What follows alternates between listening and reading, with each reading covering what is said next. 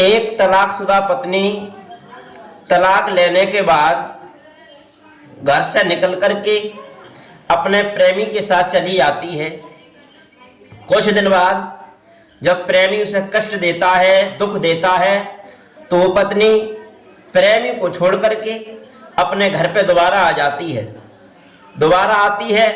पति जो होता है सर्विसमैन हुआ करता है, जो फौज में उसकी नौकरी लगी होती है, वो पति देखता है, पत्नी को घर से बाहर निकालने की बहुत कोशिश करता है।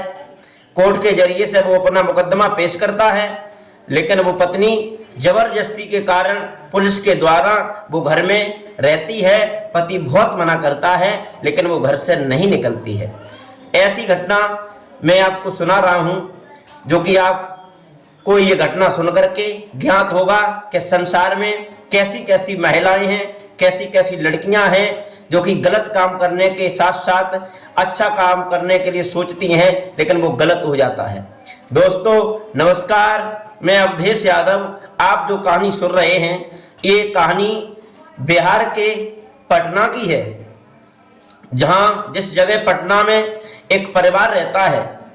परिवार में पिता होते हैं, माँ होती है और उसका एक बेटा होता है, जो कि घर में बहुत अच्छा घर चलता होता है। समय के अनुसार जो उनका बेटा होता है, उनके बेटे का नाम अशोक होता है, पिता का नाम राम सेवक होता है और माँ का नाम रागनी होता है। दोनों घर में बहुत खुश होते हैं। घर में जो बेटा होता है उसका नाम अशोक होता है, और वो अशोक धीरे धीरे 18 साल का हो जाता है, तो पढ़ाई में उसका बहुत अच्छा मन लगता है। सोचता है मैं नौकरी करूँगा। नौकरी के लिए इधर उधर भागने लगता है, फार्म भी डालने लगता है, और जब समय आता है तो नौकरी में वो लग जाता है। फौज की नौकरी उसे नसीब होती है, फौज में भर्ती हो जाता है, नौकरी करने लगता है। धीरे धीरे जब समय व्यतीत होता है तो उसकी शादियां गांव के लोग लेकर के आने लगते हैं कि राम सेवक से कहते हैं भैया अपने बेटा की शादी कर लो। राम सेवक कहते हैं भाई अभी हमारा बेटा शादी करने से इनकार कर रहा है और मैं अभी शादी नहीं करूंगा। तो गांव के जो लोग होते हैं कहते हैं नहीं, जो शादी आपकी हो रही है मैं अच्छा खासा धन और पैसा दिलवाऊंगा, अच्छा खासा सामान भी दिलवाऊंगा, तुम शादी कर लो। तो राम सेवक लालच में आ जाते हैं। लालच में आकर के अपने बेटा की शादी तय कर देते हैं। सन 2011 में 29 मार्च को लगन टीका की तैयारी होने लगती है। जब तैयारी होने लगती है, लगन टीका बड़े विधि विधान से होता है उस लड़के का। धीरे धीरे बारात का समय आता है। मई 11 सन 2011 बारात का समय होता है। बारात की तैयारियां होती हैं बड़ी धूमधाम से। उस अशोक की शादी करके उनके पिता राम सेवक घर में लाते हैं। लड़की का नाम होता है नेहा। जो दुल्हन बन के आती है उस लड़की का नाम नेहा होता है। नेहा देखने में तो बहुत सुंदर होती है, बहुत रूपवान होती है, बहुत अच्छी लगती है, जिसे देख करके अशोक वो अपने दिल में बसा लेता है। और जो अशोक होता है, क्योंकि आर्मी का जवान होता है और आर्मी के लोग कुछ अपनी पत्नियों से ज़्यादा हित किया करते हैं, पत्नियों को ज़्यादा मानते हैं, पत्नियों की बात को ज़्यादा सुनते हैं। तो वो अशोक भी अपनी पत्नी नेहा की बहुत अच्छी बात को सुनता है, अपनी पत्नी की बात मानता है, अपनी पत्नी की सलाह लेकर कहीं जाता है।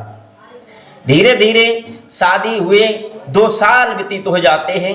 एक लड़की पैदा होती है उस नेहा के गर्भ से, जिस लड़की का नाम आरती होता है। धीरे धीरे बिटिया बड़ी होती है।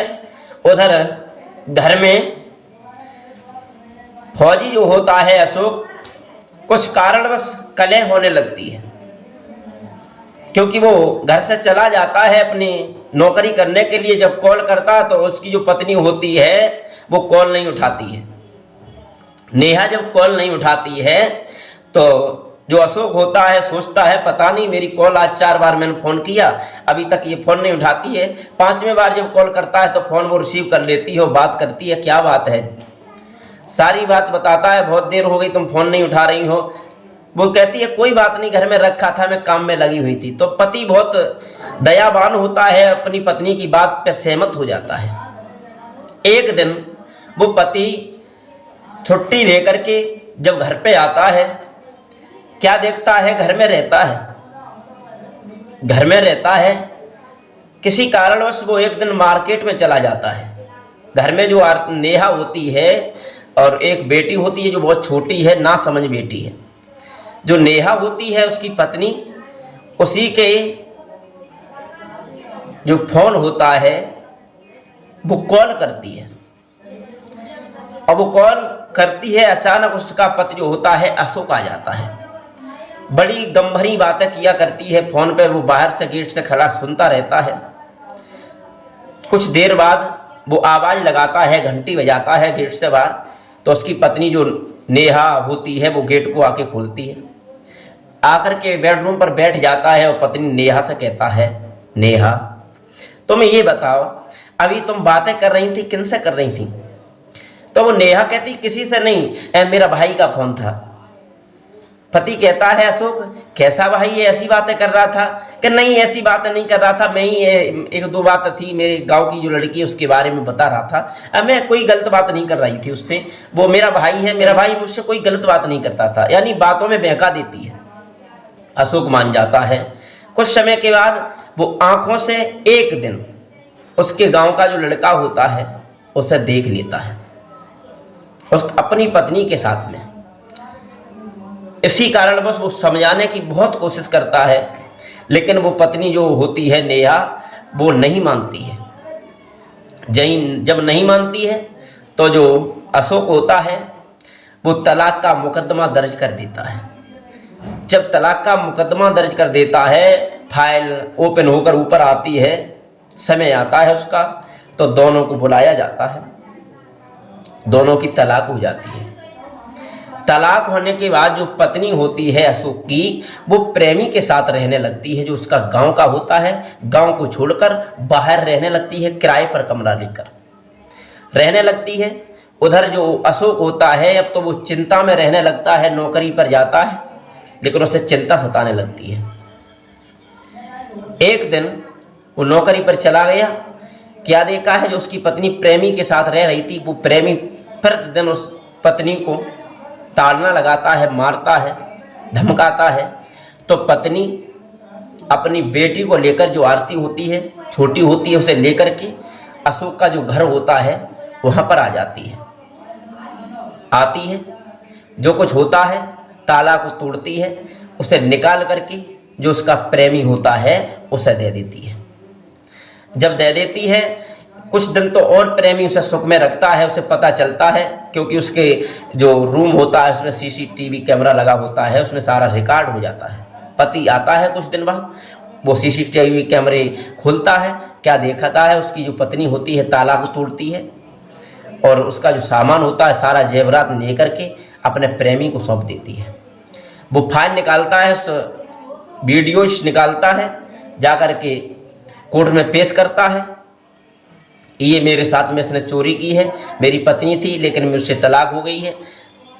वो सारा पेश करती है। इधर जब पेश हो जाता है तो उस पत्नी को बुलाया जाता है। वो पत्नी जाने से मना कर देती है। कोर्ट में उधर केस चलता रहता है और इधर पुलिस के जबरदस्ती से पैसों को देने के बाद पुलिस उस पत्नी को उसके घर में, पति को समझाने के बाद उसकी पत्नी को उसके घर में छोड़ देता है। पत्नी रहने लगती है। अब पति ये सोचता है इससे मुझे छुटकारा कैसे मिलेगा।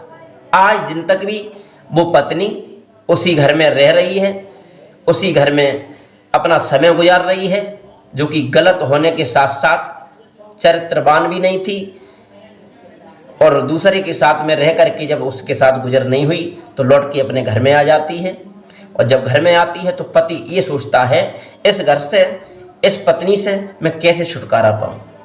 वो मीडिया से भी गौर लगाता है और कोर्ट में भी गौर लगाता है, पुलिस वालों से भी कहता है।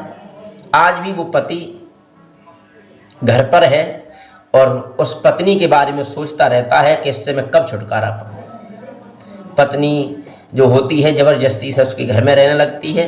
दोस्तों, ये जो मैंने कहानी सुनाई है, इसमें आप हमें ये बताओ कि लड़की की गलती है या उस लड़के की गलती है अशोक की, जो कि ये सब ड्रामा हुआ और होने के बावजूद भी पत्नी उसी घर में रह रही है।